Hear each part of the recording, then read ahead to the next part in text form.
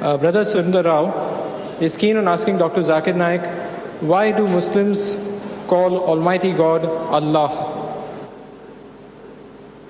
The question posed was by Brother Sundar Rao, that why do Muslims call God by the name Allah?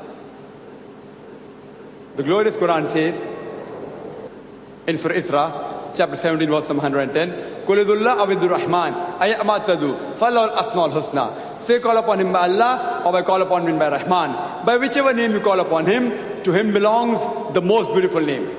You can call Allah subhanahu wa ta'ala by any name, but it should be a beautiful name. It should not conjure up a mental picture. And the Quran gives this message in Surah Araf, chapter 7, verse 180, Surah Taha, chapter 20, verse number 8, and Surah Al-Hashr, chapter 59, verse number 24, that to Allah subhanahu wa ta'ala belongs the most beautiful name. And there are no less than 99 different attributes given to Allah subhanahu wa ta'ala in the glorious Quran, like Rahman, Rahim, Al-Hakim, most merciful, most gracious, most wise. 99 attributes. And the crowning one is Allah. Why do we Muslims prefer calling Allah subhanahu wa ta'ala by the Arabic name Allah instead of the English word God? It's because the English word God, you can play mischief with that English word God. For example, if you add a S to God, it becomes gods. That means plural of God. There's nothing like plural Allah in Islam.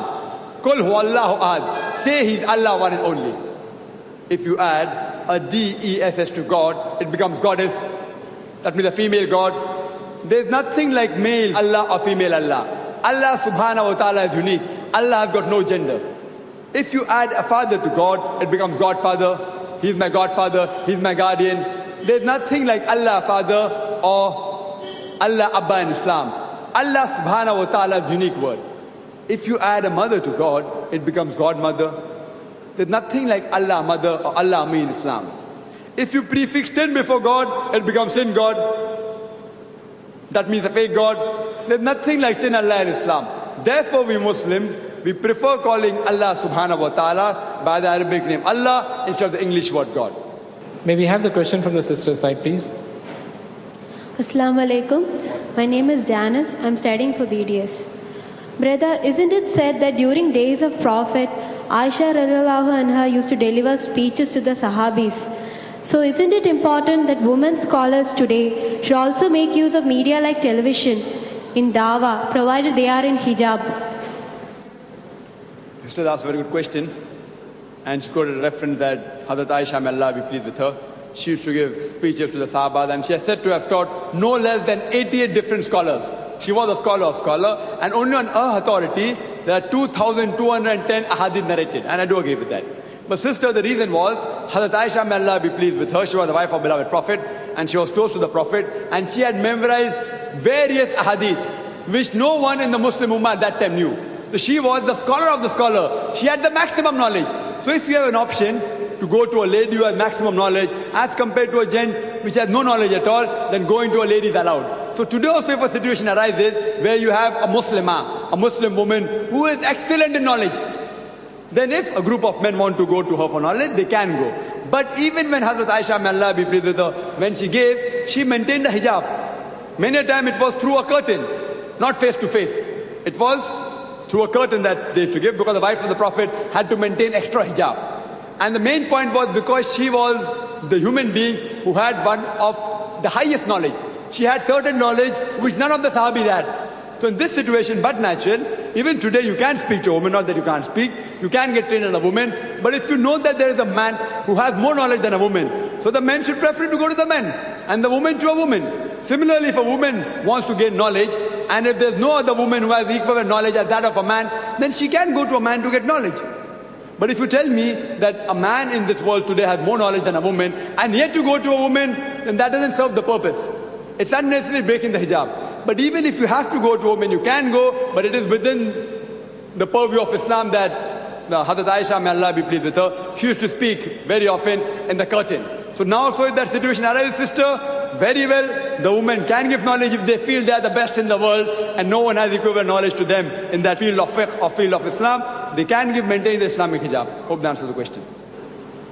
There's a non-Muslim brother by the name of Jagdish who makes a reference to one of Dr. Zakir Naik's talks yesterday. His question is, Brother Jagdish would like to know, if prophets were sent to every nation of the world, then which prophets were sent to India? Can Ram, Krishna, etc. be considered prophets of God? Second but related question is, if several revelations were sent by God before the Qur'an, can we consider the Vedas or the Bhagavad Gita, etc. as the word of God?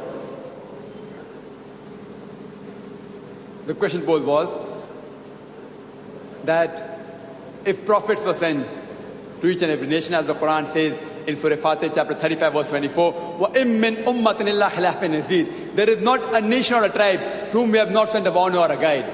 The Quran says in Surah Ra'd, chapter 13, verse number 7, وَلِكُلِّ قَوْمٍ هَادٍ. And to every nation have we sent a guide. Prophets were sent to each and every nation.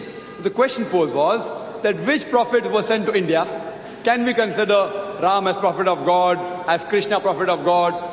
And which revelation was sent to India? Can we consider Veda to be the word of God or Bhagavad Gita to be the word of God?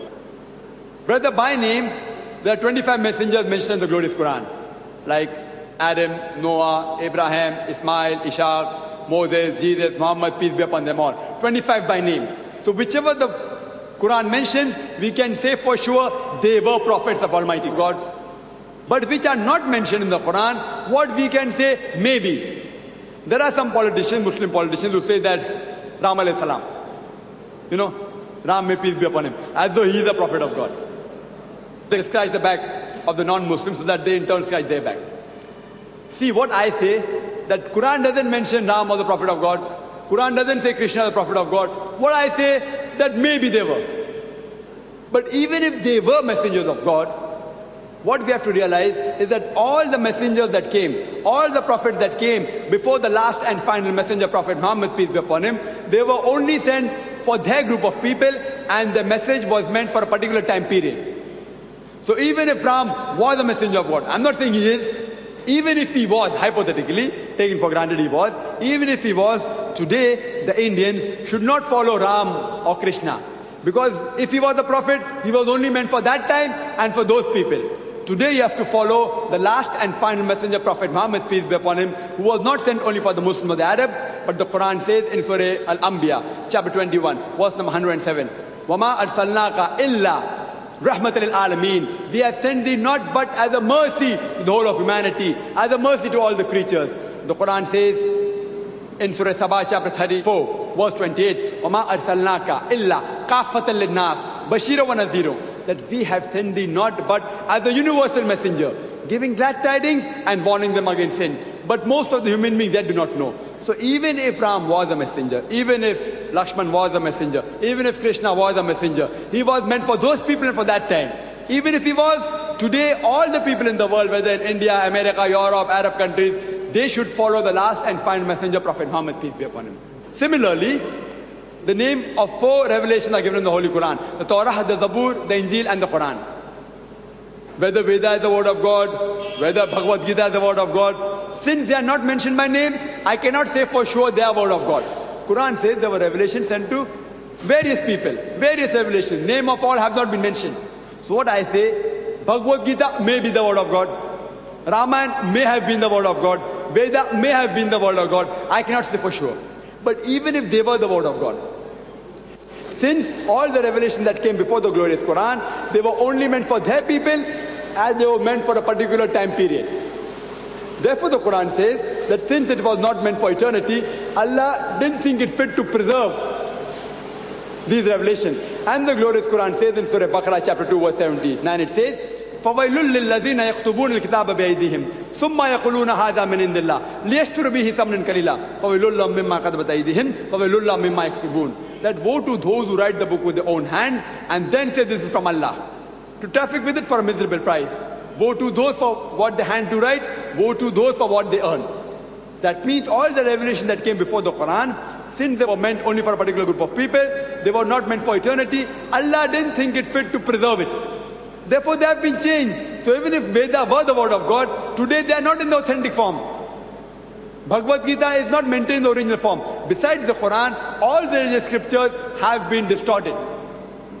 And since Quran is not meant only for the Muslims, not meant only for the Arabs, the Quran says in Surah Ibrahim chapter 14 verse 52, that here is a message for the whole of humankind. Let them take warning therefrom. Let them know there is only one God. Let the men of understanding take heed. Quran says in Surah Baqarah chapter 2 verse 185, Ramadan was the month in which the Quran was revealed as a guide to the humanity, as a criteria to judge right from wrong. Quran says in Surah Al-Zumur chapter 39 verse 41 that we have revealed to thee, that's Prophet Muhammad, peace be upon him, the book to instruct mankind. It doesn't say to instruct the Arabs or the Muslim, but to instruct the whole of humankind. So Quran is a revelation which is meant till eternity and for the whole of humankind. Even if Veda was the word of God, even if Bhagavad Gita was the word of God, today it has not maintained its original form.